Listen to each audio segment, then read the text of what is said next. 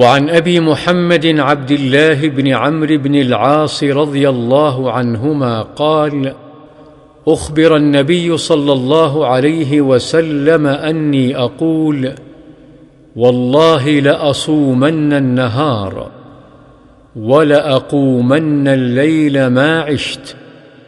فقال رسول الله صلى الله عليه وسلم: أنت الذي تقول ذلك؟ فقلت له: قد قلته بأبي أنت وأمي يا رسول الله.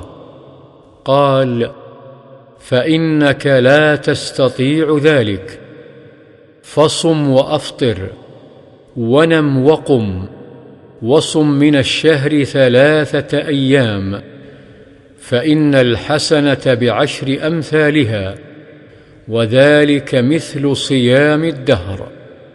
قلت: إني أطيق أفضل من ذلك. قال: فصم يوما وأفطر يومين. قلت: فإني أطيق أفضل من ذلك. قال: فصم يوما وأفطر يوما، فذلك صيام داود عليه السلام، وهو أعدل الصيام. وفي رواية: هو أفضل الصيام.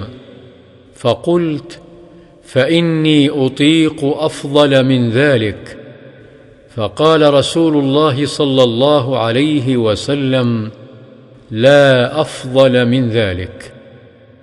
ولأن أكون قبلت 3 الأيام التي قال رسول الله صلى الله عليه وسلم أحب إلي من أهلي ومالي.